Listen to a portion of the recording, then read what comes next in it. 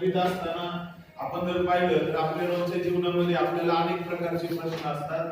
मग हे सगळे प्रश्न आपल्याला सोडवायचे आहेत आणि हे सगळे प्रश्न जर सोडवायचे असतील तर त्यासाठी आपल्याला महत्त्वाची गोष्ट म्हणजे आपलं उत्पन्न आणि आपला असणारा खर्च यांचा आपल्याला ताळमेळ बसवावा लागतो. आणि याचा ताळमेळ बसवण्याचं जे शास्त्र आहे त्याला आपण अर्थशास्त्र असं म्हणतो. आता अर्थ म्हणजे काय तर पैशाशी संबंधित असणारा शास्त्र, ज्या शास्त्रामध्ये पैशाच्या व्यवहाराशी संबंधित अभ्यास केला जातो.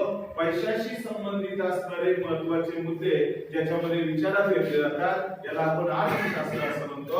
आता या ठिकाणी आपण हा एक व्हिडिओ पाहत आहे आणि या व्हिडिओ मध्ये काय सांगितलंय की दर महिन्याचा असणारा आपला महिनाभराचा सगळा खर्च, आपल्याला उत्पन्न किती मिळतं आणि महिनाभरामध्ये आपण किती खर्च करतो या विषयाशी संबंधित असणारी माहिती आपल्याला या व्हिडिओच्या माध्यमातून पाहायला मिळते. आता याच्यामध्ये जर आपण पाहिलं तर रोजचा आहार नाश्ता जेवण याच्यासाठी 6000 रुपये आहे.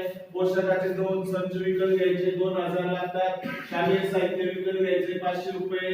दवाखान्याचा महिन्याचा खर्च आपण पाहिला तर 450 रुपये आहे. मनोरंजन पाहिलं तर त्यासाठी 500 रुपये आपण गृहीत धरलेले आहेत. मोबाईलचं बिल भरायचं 1000 रुपये पाहिजे.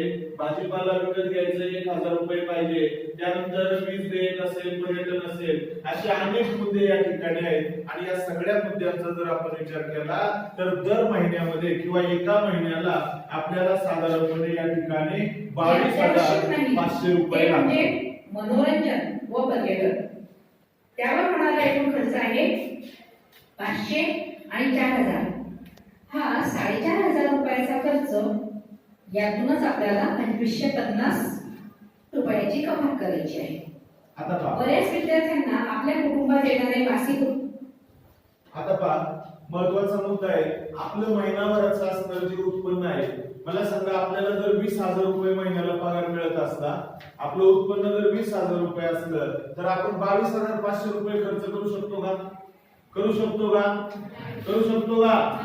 नाही करू शकत. आणि म्हणून साठी आपल्याला काय करायचंय आपलं उत्पन्न आणि आपला असणारा खर्च या सगळ्यांचा असणारा मेळ घालवावा लागतो. आणि हा जो मेळ आपण घालतो या मेळ घालण्याच्या शास्त्राला या ठिकाणी आपण अर्थशास्त्र असं म्हणतो.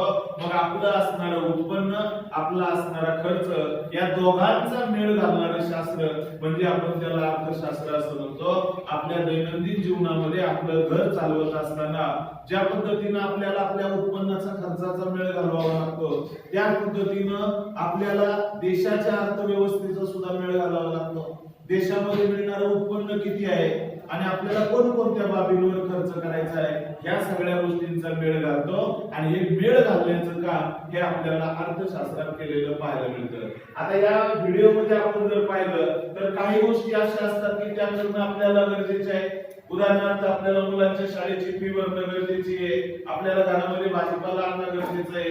आपल्याला विजेचं बिल भरणं गरजेचं आहे. पण याच्यामध्ये मनोरंजन हा एक मुद्दा आहे पहा आणि त्याच्यासाठी 500 रुपये आहे. मग मनोरंजन आपल्याला केलंच पाहिजे का? तर नाही. या महिन्यामध्ये जर आपल्याला मनोरंजन करता आलं नाही भविष्य काळामध्ये पुन्हा आपण करू शकतो. अशा काही गोष्टी असतात आणि यानुसार आपण गरजांचे प्राधान्यक्रम लावत असतो. पहिली महत्वाची गोष्ट कोणती, दुसरी कोणती, तिसरी कोणती असा गरजांचा प्राधान्यक्रम आपण लावतो. आणि या प्राधान्यक्रमाला या ठिकाणी मेळ घालणं असं आपण म्हणतो. आणि अर्थशास्त्र हे मेळ घालण्याचं शास्त्र आहे. मग आपलं उत्पन्न आणि आपला खर्च यांचा मेळ घालण्याचं शास्त्र म्हणजे अर्थशास्त्र. आता कसा मेळ घातला जातो हे या उदाहरणाच्या सहाय्याने तो आता घ्या आणि आपल्या स्वतःच्या कुटुंबाचे अंदाजपत्रकही आई बाबांच्या मदतीने तयार करा. हे कौटुंबिक व्यवस्थापन होय. हे आर्थिक घटकांशी संबंधित असते आणि यातूनच अर्थशास्त्राचा जन्म झाला. अर्थशास्त्र ही संकल्पना ओइकोनॉमिया या ग्रीक शब्दापासून बनली आहे. याचा अर्थ होतो कौटुंबिक व्यवस्थापन. कौटुंबिक व्यवस्थापन व अर्थशास्त्र यात बरंचसं साम्य आहे. Savor the rich aroma of Nescafe Gold.